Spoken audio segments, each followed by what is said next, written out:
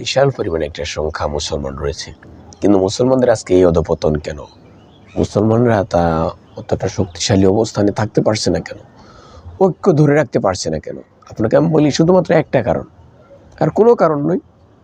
আল্লাহর নবী যে কথাটা বলেছেন যে কোরআন এবং সুন্নাহ, আল্লাহ তাআলার কিতাবুল্লাহ আর সুন্নাত রাসূলিহি, এই সুন্নাত আর কোরআনে কারিম, এই দুটা থেকে মুসলমানরা দূরে থাকার কারণেই তাদের অধপতনটা হচ্ছে।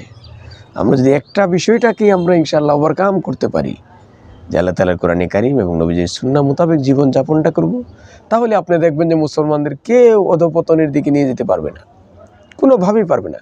প্রত্যেকটা মুসলমানকেই যদি এই জিনিসটা ফলো করে, যে প্র্যাকটিস করে ইসলামের 5 ওয়াক্ত নামাজ, রোজা, হজ, যাকাত, হালাল হারাম, সুদ, ঘুষ, এগুলো থেকে বেঁচে থাকা, তা'মুরুনা বিল মারুফ ওয়া তানহাউনা আনিল মুনকার, এগুলো তো কোরআনে কারিমের বিধান, নবীজির সুন্নতের বিধান। এগুলি যখনই আমরা একেবারে আমাদের বিষয়গুলো পুরা করব, তখনই আমরা ইনশাআল্লাহ অধপতন থেকে আমরা উন্নতির দিকে যেতে থাকব। আমাদের বিজয় কেউ ঠেকিয়ে রাখতে পারবে না।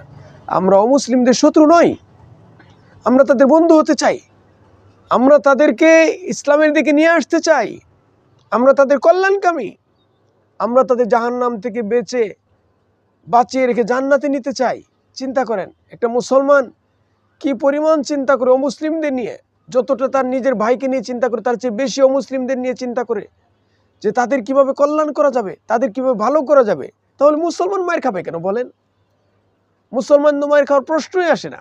কিন্তু আমি যখন আমার দায়িত্বটা আমি ছেড়ে দিয়েছি, যেটা আমার করার কথা, আমি যখন আমার দায়িত্ব অবহেলা করছি, তখনই আমাদের উপরে এই জুলুম, নির্যাতন, নিপীড়নগুলো আসতেছে।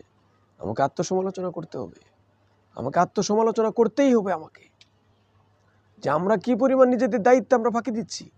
আল্লাহ তাআলার পক্ষ থেকে যেই দায়িত্ব আমাদের দেওয়া হয়েছে, সেটা আমরা পালন করছি না, যার কারণে আজকে তারা আমাদেরকে এত পরিমাণ অপদস্থ করতেছে, লাঞ্ছিত, অপমানিত, আমাদেরকে শাস্তি দিচ্ছে। এজন্য আমরা আজকে থেকেই যদি ইনশাআল্লাহ ইসলামের পুরোপুরি প্র্যাকটিস শুরু করে দিই, দেখব যে আমরা আজকে থেকেই বিজয় আমরা অর্জন করব। ফজর নামাজ যিনি না পড়েছে, তার জন্য জুমার নামাজ পড়া যাবে না, জুমার নামাজ হবে না। এটা নিয়ে খুব বাদানুবাদ হয়ে থাকে। আসলে সত্যিকার অর্থে আপনার জন্য 5 ওয়াক্ত নামাজ আল্লাহ তাআলা ফরজ করেছেন। ফজর, জোহর, আসর, মাগরিব, ইশা আপনাকে পড়তেই হবে। পবিত্র জুমার দিনে জুমার নামাজ আপনাকে পড়তে হবে। জোহরের নামাজের পরিবর্তে আল্লাহ তাআলা জুমার নামাজ দিয়েছেন, এটা আপনার জন্য পড়া অবশ্যই ফরজ। কিন্তু এর মানে এই নয় যে আমাদের সমাজে আমরা যেটা লক্ষ্য করি, যে অনেক মানুষ জুমার নামাজে শরিক হয়ে থাকে, কিন্তু ফজর নামাজে এই পরিমাণ মুসল্লি আমাদের নামাজে শরিক হয় না। কেউ হয়তো মসজিদে আসতে পারে, আবার কেউ আসতে পারে না, যারা বাসায় পড়ে নেয়, আবার অনেকে হয়তো ফজর নামাজ পড়েই না। এই মুসল্লিগুলো কিন্তু জুমার নামাজে কিন্তু আসে। সত্যিকার অর্থে জুমার নামাজের অত্যন্ত ফজিলত রয়েছে।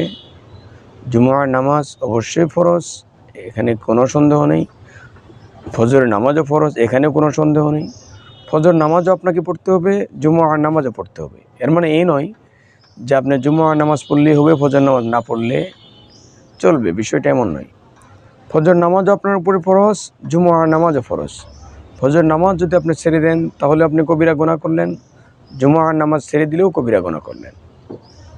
তাহলে একটা আরেকটার সাথে অবশ্যই সম্পর্ক রাখে, কিন্তু এর মানে এই কথা বলা কোনোভাবে স্কোপ নেই যে তুমি ফজর নামাজ পড়ো নাই, তোমার জুমার নামাজ হবে না। বিষয়টা তা নয়, অবশ্যই জুমার নামাজ হবে না কেন? কিন্তু আপনার উচিত ফজরের নামাজ যেহেতু যদি আপনি না পড়ে থাকেন, জুমার নামাজের আগে যখন আপনি মসজিদে ঢুকলেন, 2 রাকাত ফজরের কাজা নামাজ আপনি পড়ে ফেললেন। সুন্দর করে বাংলাতেই নিয়ত করলেন যে আল্লাহ, আমি আজকের ফজরের 2 রাকাত কাজা ফরজ নামাজ আদায় করিতেছি, কিবলার দিক হয়ে আল্লাহু আকবার। 2 রাকাত ফজরের নামাজ আপনি কাজা পড়ে নিলেন, এরপরে জুমার নামাজ আপনি শরীক হয়ে গেলেন, তাতে কোনো অসুবিধা নেই। আবার এমনও হতে পারে যে অনেক সময় অনেক মুসল্লি রয়েছেন যারা জুমার নামাজে দৌড়ায় আসলেন, কিন্তু ফজর নামাজ পড়েন নাই, এসে জুমার নামাজের সময় হয়ে গেছে, নামাজ পড়ে ফেললেন। জুমার নামাজের পরেও আপনি ফজর নামাজের কাজাটা আপনি আদায় করতে পারবেন। কিন্তু এর মানে এটা বলার কোনো স্কোপ নেই যে ফজর নামাজ তুমি পড়ো নাই, তোমার জন্য জুমার নামাজ হবে না, জুমার নামাজ তুমি পড়তে পারবে না, তোমার জন্য পড়া জায়েজ নয়। এই কথাগুলো বলা একেবারেই অযৌক্তিক এবং অবান্তর কথা।